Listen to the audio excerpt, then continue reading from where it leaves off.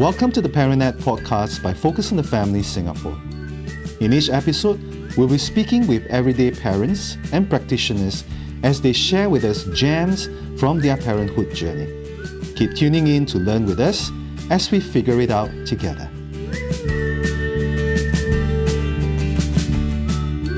Hello and welcome to the ParentNet podcast. My name is June and I'm your host for this episode. Becoming new parents is a life-altering experience filled with excitement, joy, and at times uncertainty for a family.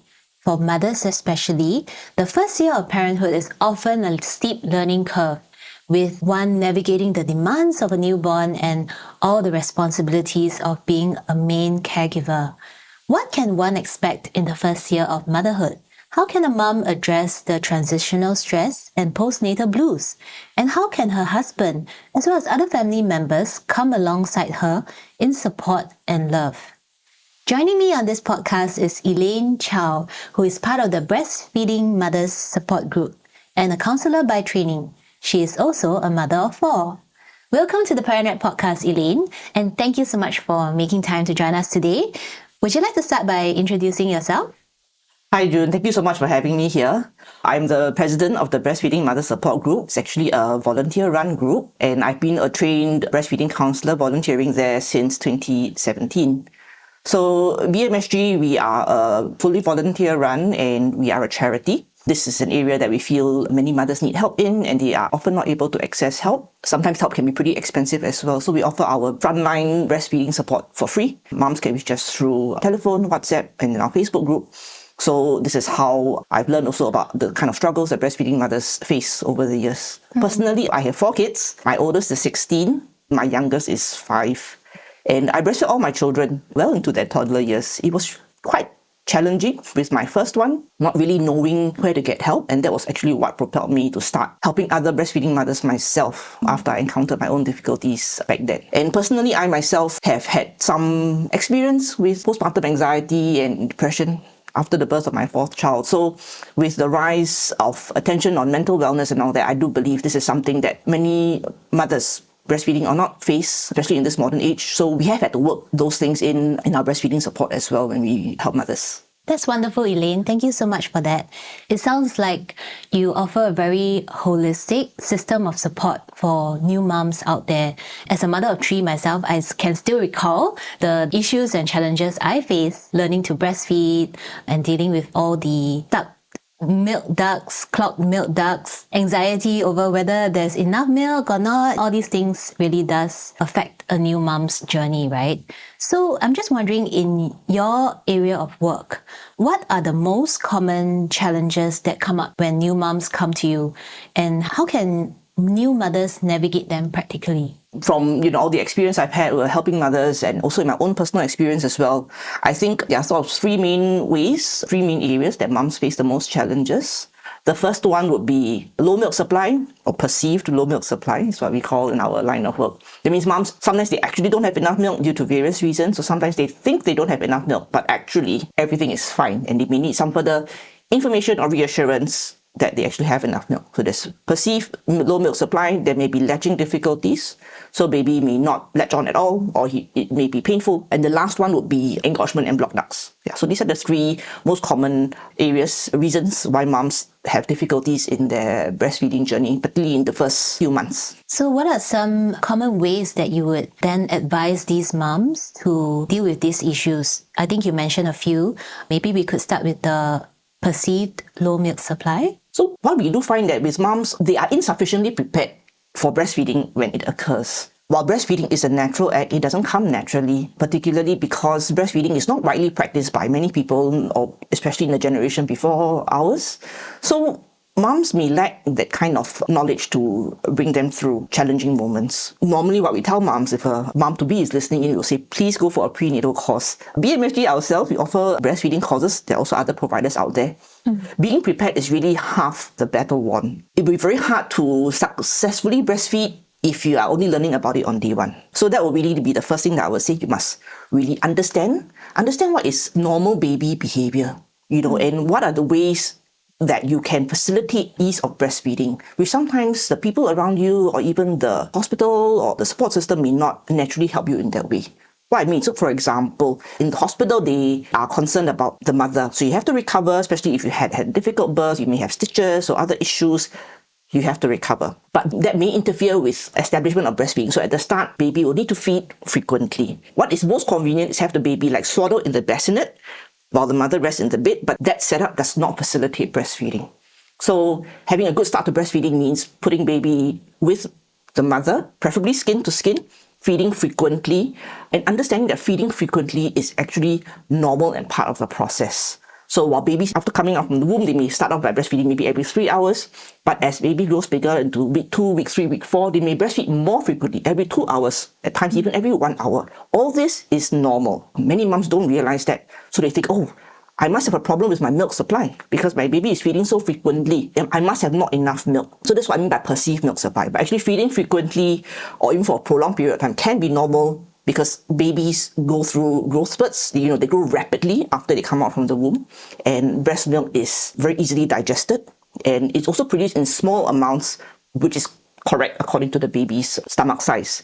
So these are all kind of like technical reasons which moms may not be aware about. And then they may feel mistakenly that they have low milk supply. It will cause a cascade of other interventions that they may try to do, which can then later on cause other problems. So they may then try to pump and then bottle feed, but then after baby takes the bottle, he doesn't go back to the breast. And there's some other consequential issues that occur from there.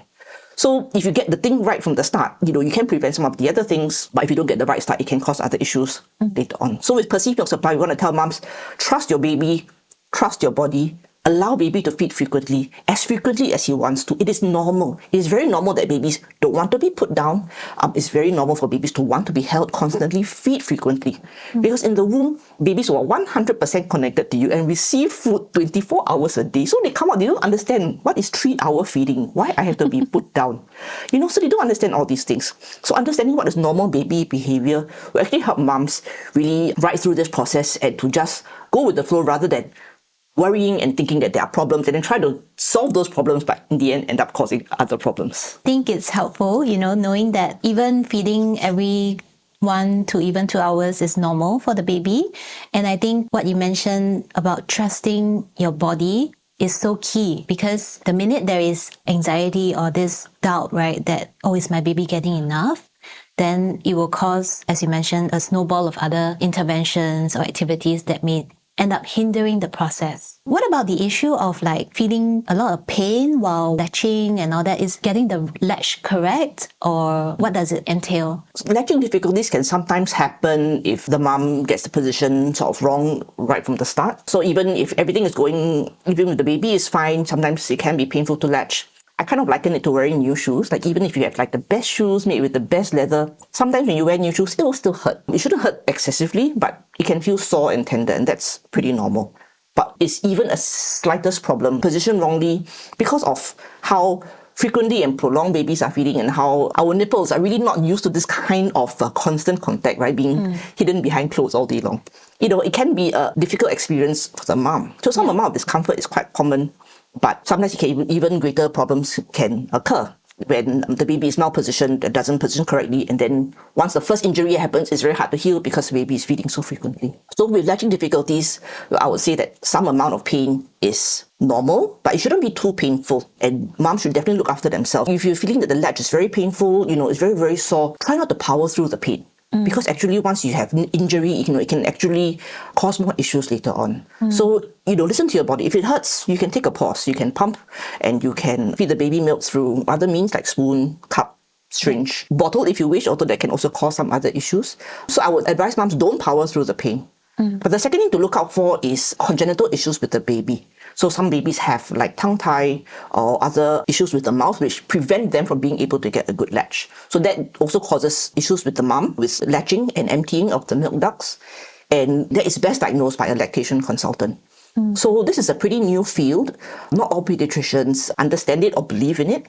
So if latch is very painful, I would advise moms to really get help from the lactation consultant. You can go back to the hospital where you gave birth. Of course, you can contact BMSG or look online for private LCs who can assess your baby and then give you a diagnosis. Yes, I do recall the days when I had to visit the lactation consultant like quite a number of times, especially for the first time, being a first-time mom, right? There's so many things to learn, techniques and everything, even clearing the ducts. So thank you for that. Thank you for offering those tips.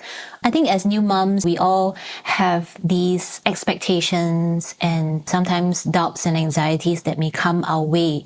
I'm wondering, what are some of the best ways to manage these expectations, especially from other well-meaning family members, so that we can manage our own expectations and our own sanity as well? We have seen this topic come up more in these last few years with mental wellness, understanding of mental health, but also with the rise of social media, moms do face some maybe misinformation about how breastfeeding or baby care is supposed to look like, and this misinformation that can then cause issues with their own expectations of their own journey. There are a couple of things that we want to talk about. First one is the idea of really doing it correctly yourself, and this is an idea that can cause a lot of pressure for moms. So firstly, yes, breastfeeding is very important and that is great. Of course, we agree with that. But sometimes it doesn't start off smoothly. There could be issues that arise. Many moms feel that if they have made a misstep, at the start, then they are doomed. The rest of it is doomed, or if they end up not breastfeeding as much as they would like, they feel that there is no way to go back. And what I really want to tell moms is that it is not too late.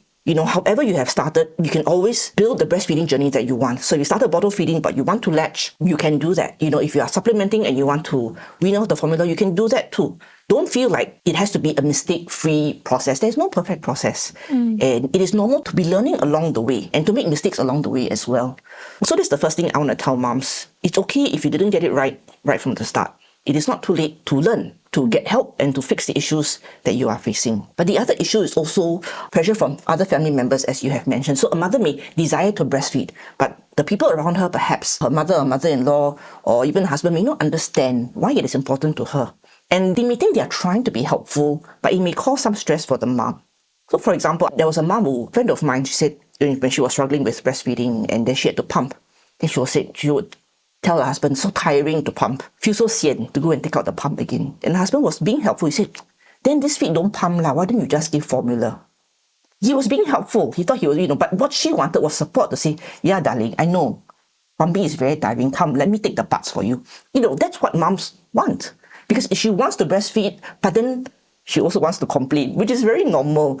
And your family members may not understand how to best support a mother in that process. They may feel that telling her, you can formula feed or just use the bottle is helping her. But if she is set on breastfeeding, then those comments are actually hurtful and not supportive. So, I would advise moms to really discuss this with your family members, especially those closest to you who may be involved in caring for the baby. Get them to understand your desire to breastfeed and to support you, and for them to accept your decision as well to breastfeed. So breastfeeding with all aspects of baby care is not easy. There'll be parts that are great, but also a lot of parts that are difficult. We want support through the process. Sometimes the support could be telling you, okay, it is time to stop. And that's fine. And sometimes support could be, you can do it. It is very difficult, but I'm with you, 加油. So this is how family members can support the new mother. And if that support is lacking, it can really cause stress for the mom because she feels that she's alone in the journey. Nobody understands the difficulty. Nobody understands why this is so important to her. And I'm sure that's what you and your group of volunteers at Breastfeeding Support Group does, right? That is to really affirm the mother in her journey and in her desire to breastfeed and to care for the baby. Yeah. Yes. I think that more than affirming her journey, I think sometimes moms need permission to stop. And as a breastfeeding group, sometimes we also do that, say, okay, it is enough. And if you feel that sometimes the difficulty is too great or the journey has been too difficult, it is okay to stop. It is okay to say, I've tried my best. And that is fine. But if you wish to continue, getting the support to continue will really help mental health. When we talk about mental health, why moms feel the pressure to breastfeed, sometimes it could be that they have breastfeeding problems, but they did not receive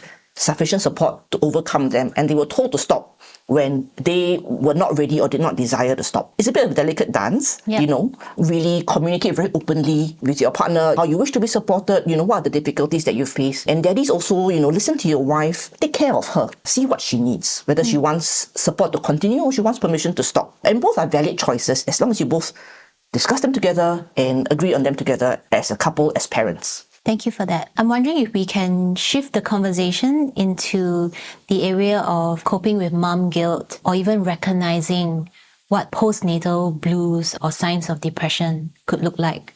What are some ways that we can support new mothers in this journey if, let's say, we are starting to see signs of postnatal blues? Mom guilt is very common, as we know. It's not limited to breastfeeding. It's not limited to motherhood. Many women experience it in aspects of their life unrelated to motherhood. Perhaps it's got to do with the patriarchy or things like that. I mean, that's another conversation for another day. But indeed, I definitely agree. Women, especially moms, new moms, face a lot of guilt. They may feel pressure to do it all, to know it all, to do it perfectly, do it correctly.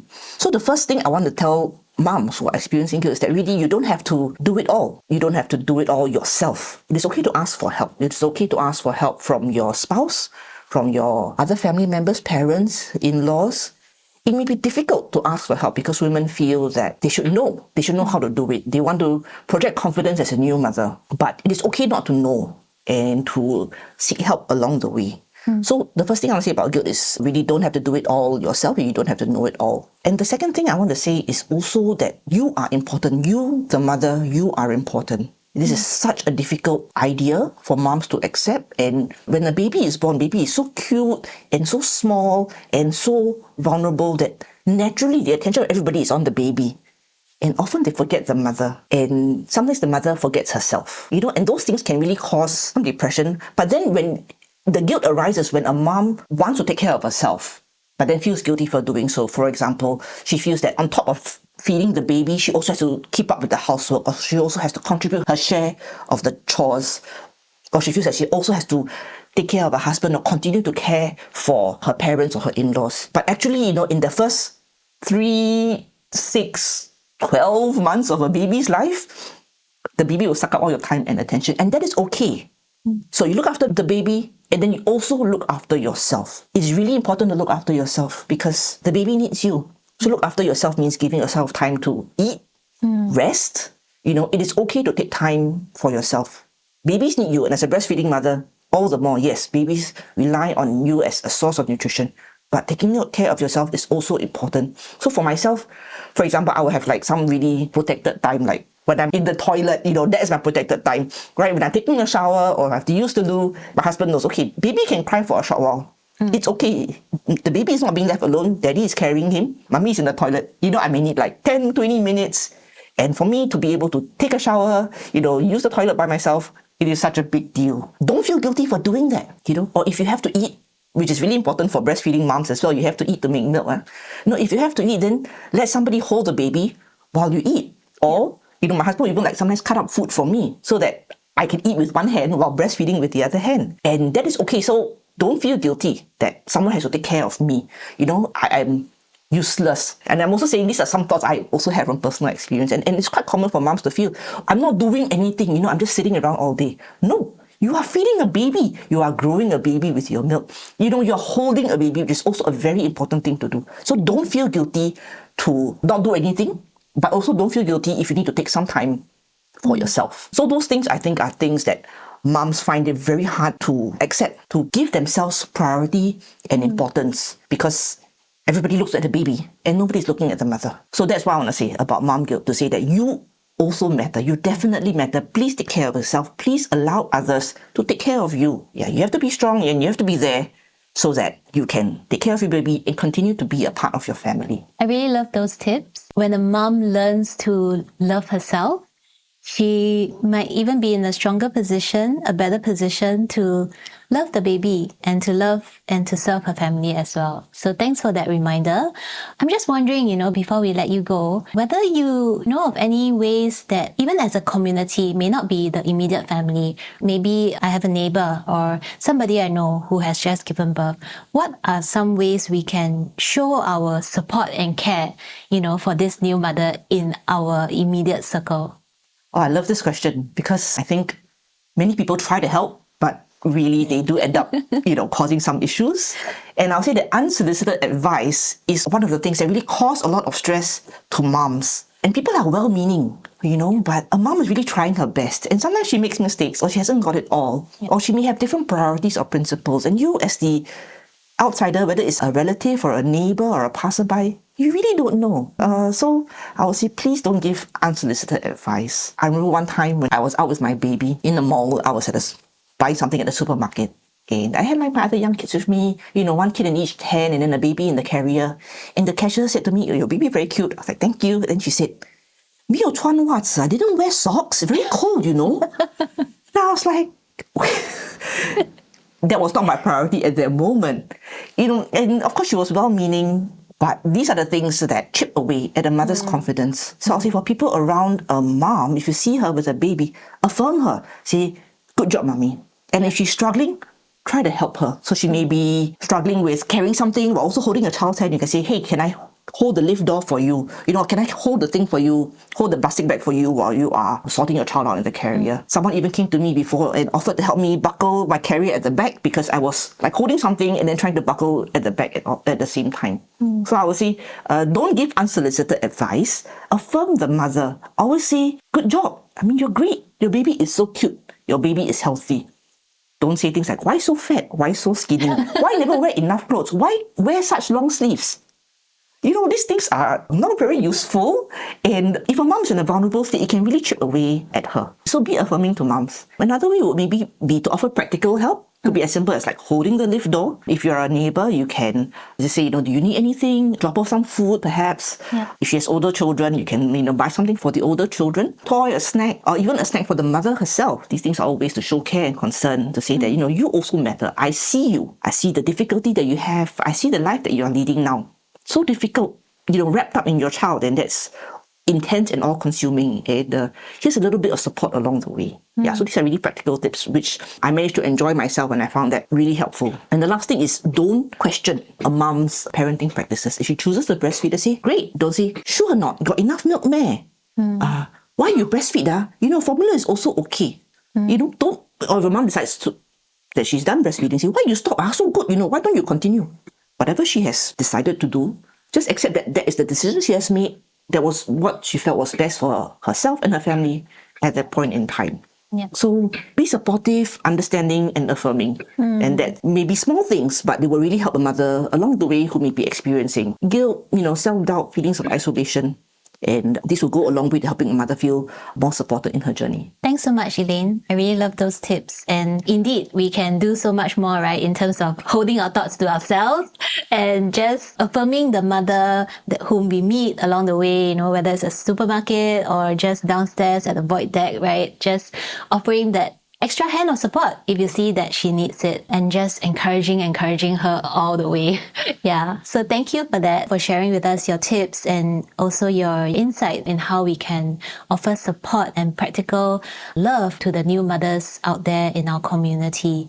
So before we really let you go, do you have any last parting words of advice you want to really leave with our listeners out there? Yes, for sure. As a breastfeeding mother and a breastfeeding supporter, I want to tell moms that breastfeeding is wonderful. It is a great way for you to really tangentially, practically be involved in the life of your child. And mothers who succeed in it feel accomplished. And if you get help along the way to resolve the issues, it can lead to a very fulfilling and rewarding journey. So if this is what you want to do, get the help that you need. Find support. Don't struggle alone. Work towards the goal that you set out to achieve. But if you aren't able to achieve it, or you decide not to do it for whatever reason, also know that breastfeeding is not the only way. It is not the only thing in being a mother. The journey of motherhood is long and multifaceted. Breastfeeding is just one part of it. You can love your child no matter how you feed them. And when the time comes for breastfeeding to end, as it will for everyone, you will discover that there is more to motherhood, more to mothering your child than breastfeeding. And sometimes when you're stuck in the trenches, it feels dark, and it feels like this is the only way, or this is the only thing, and you're really deep in those struggles. But when it ends, as it will, you will see that there's so much more to mothering. And then breastfeeding, whether long or short, was only one part of your journey with your child. And it's more important that you look after yourself and you are present for your child, that you discuss with your spouse what kind of parents you want to be and make those decisions and feel connected with your spouse and as a family. And those things will set you in good state for the long run, not just in the first year of life, but beyond that as well. Indeed, so well said. We're all in this for the long haul, right? Yes. Thank you so much, Elaine, for joining us today. For listeners out there, if you wish to get in touch with Elaine and her group of volunteer mothers, you can head over to www.breastfeeding.org.sg. Now, for more parenting resources, do visit our website at family.org.sg. And that's all we have for you today. We hope you've enjoyed and found something helpful from this episode. Do keep tuning in to the ParentNet podcast to learn and grow in your parenting journey.